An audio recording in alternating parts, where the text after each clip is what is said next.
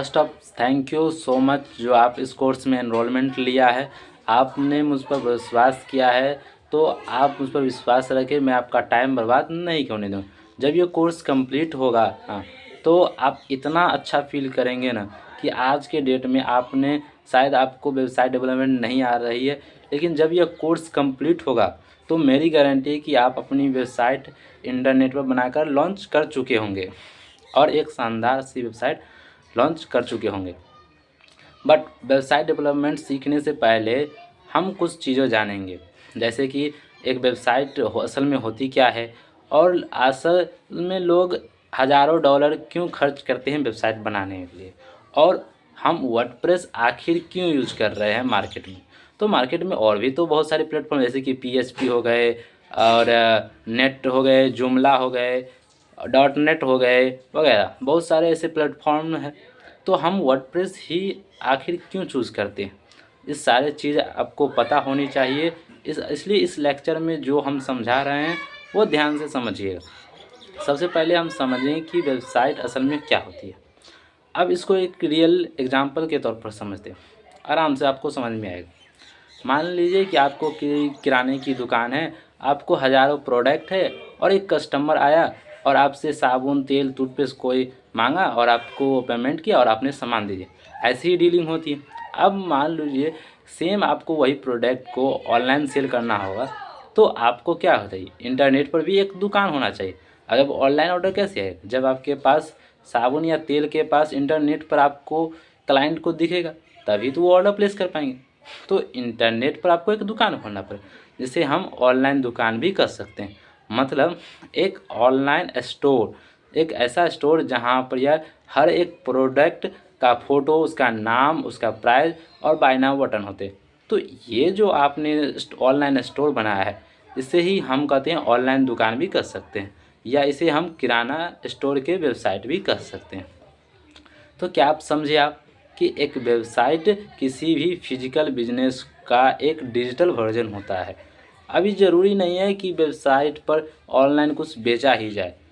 अगर यदि कोई स्कूल है तो उसकी वेबसाइट बनाकर उस पर कुछ बेच तो नहीं सकते, लेकिन स्कूल की वेबसाइट पर हम स्कूल की सारी जानकारी टेक्स्ट और इमेज के फॉर्मेट में स्टोर किया जा सकता है। जैसे कि स्कूल में कौन कौन से क्लासेस लगते हैं, स्कूल की फ़ोटो, स्कूल कहाँ पर लोकेटेड है और स्कूल की कॉन्टैक्ट डिटेल्स।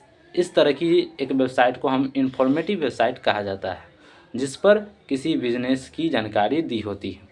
और कोई ऐसी वेबसाइट जिस पर प्रोडक्ट बेचे जाते हैं, उसे ई-कॉमर्स वेबसाइट या उसे ऑनलाइन स्टोर वेबसाइट भी कहा जाता है। आई होप कि आपको समझ में आया हो कि एक वेबसाइट क्या होता है। अब हम बात करते हैं कि लोग हज़ारों डॉलर क्यों खर्च करते हैं वेबसाइट बनाने में। सेम रियल एग्जांपल लेकर फिर से चलेंगे। जो आपके किराने के दुकान है, मान लीजिए आपकी वो दिल्ली की दुकान की दिल्ली के किसी एक प्लेस पर है, किसी एरिया में लोकेटेड है। तो आपके कौन से कस्टमर आएंगे, उसी एरिया के कस्टमर आएंगे जो जहाँ पर आपका दुकान लोकेटेड है, या उसके आसपास के क्लाइंट आएंगे, या जो वहाँ से गुजर रहा होगा वही आपके दुकान पर सामान खरीदने के लिए आएगा और ख़रीदा और चला गया। इतने ही सेल मिलते हैं जो कस्टमर आपके दुकान के स्टोर के आसपास के होते हैं।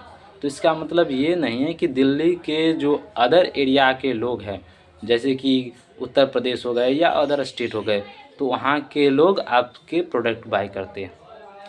यहाँ के लोग तो आपके किराना नहीं खरीदते हैं ना, तो वो लोग भी तो अपने लोकल एरिया से सामान खरीदते होंगे।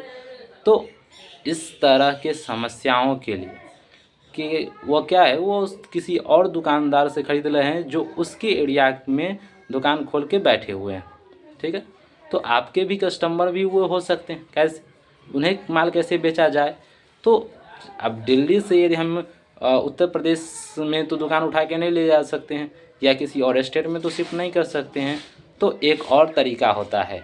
तरीका क्या है कि आज के डेट में हम हर कोई व्यक्ति इंटरनेट से जुड़ा हुआ है, हर कोई मोबाइल से जुड़ा हुआ है, मोबाइल यूज कर रहा है, वेबसाइट खोल रहे हैं, सोशल मीडिया चला रहे हैं, सभी लोग इंटरनेट से कनेक्टेड है। तो ये जो मोबाइल है ना, ये सबको कनेक्ट करके रखता है। तो वेबसाइट जो होता है वो भी इंटरनेट पर चलता है। अब वेबसाइट क्या है मैंने आपको पहले ही समझा चुका हूँ। वेबसाइट क्या होता है, किसी भी फिजिकल बिजनेस का एक डिजिटल वर्जन होता है, जो ऑनलाइन दुकान भी हम कह सकते हैं। ठीक है, ऑनलाइन दुकान जो इंटरनेट पर चल रही है। इंटरनेट से सभी लोग कनेक्टेड हैं, हमारी जो वेबसाइट है भी इंटरनेट से ऊपर कनेक्ट है। तो अभी क्या हो रहा था, जो हमारे लोकल एरिया, जैसे कि जो हमारे मान लीजिए दिल्ली के लोकल एरिया है, तो उसी के हमारे लिमिटेड कस्टमर हमारे दुकान पर आ रहे थे। लेकिन जब हम ऑनलाइन वेबसाइट बनाए, तो अब हमारे वेबसाइट तक कस्टमर के पास हमारे वेबसाइट जा रहा है, ना कि कस्टमर हमारे दुकान तक आ रहे हैं। यानी कि दुनिया के किसी भी कोने में वेबसाइट ओपन हो सकते हैं। तो अब हमारे दिल्ली के लोकल एरिया की तुलना में अब इतना ही फ़र्क है कि हमारे अब जो लोकल कस्टमर थे उसमें लिमिटेड थे, लेकिन अब हमारे पास लिमिटेड कस्टमर नहीं है। वेबसाइट बनने से हमारे किसी भी कोने से हमारे वेबसाइट को एक्सेस किया जा सकता है और हमारे कस्टमर वहां से प्रोडक्ट परचेज कर सकते हैं, वो भी इंटरनेट के थ्रू। अब जैसे कि मैं अभी बिहार में बैठा हूँ, तो आपके मान लीजिए कि आपने वेबसाइट बना लिए दिल्ली में से, और वहाँ से हम आपके वेबसाइट को यहाँ से भी ओपन कर सकते हैं। और आपकी वेबसाइट ओपन हो गई तो यानी कि आपकी ऑनलाइन दुकान हमारे मोबाइल में ओपन हो गए। अब जो भी ख़रीदना है प्रोडक्ट देखेंगे, ऑर्डर प्लेस करेंगे और वहाँ से आपके प्रोडक्ट सेल हो जाएंगे। तो इस में हुआ क्या, आपके जो लोकल कस्टमर मिल रहे थे वो आपको अब अदर स्टेट से भी कस्टमर मिलने लगे। तो आप अदर स्टेट के कस्टमर को भी आप प्रोडक्ट बेच पा रहे हैं, जो आपके लोकल एरिया में नहीं आ सकते थे। तो यही एक रीज़न है जहाँ पर वेबसाइट बनाने से उसके बिजनेस को ग्रो होता है, इसीलिए लोग वेबसाइट बनवाते हैं। अब मान लीजिए जो अब हम लोकल दिल्ली में प्रोडक्ट बेच रहे थे, अब हम पूरे स्टेट में प्रोडक्ट सेल कर रहे हैं, पूरे अदर कंट्रीज़ में भी प्रोडक्ट सेल कर सकते हैं। तो यही रीज़न है जो लोग वेबसाइट बनवाते हैं। यदि आप हम ई कॉमर्स वेबसाइट बना कर देते हैं तो क्लाइंट 25 से 30 हज़ार रुपये पे करते हैं। तो आप समझ में आ गया होगा कि वेबसाइट क्या होते हैं और लोग वेबसाइट क्यों बनवाते हैं। वेबसाइट बनवाने से बिजनेस ग्रो होते हैं, इसलिए लोग वेबसाइट बनवाते हैं। अब बात करते हैं कि हमने वर्डप्रेस ही क्यों चूज़ किया है।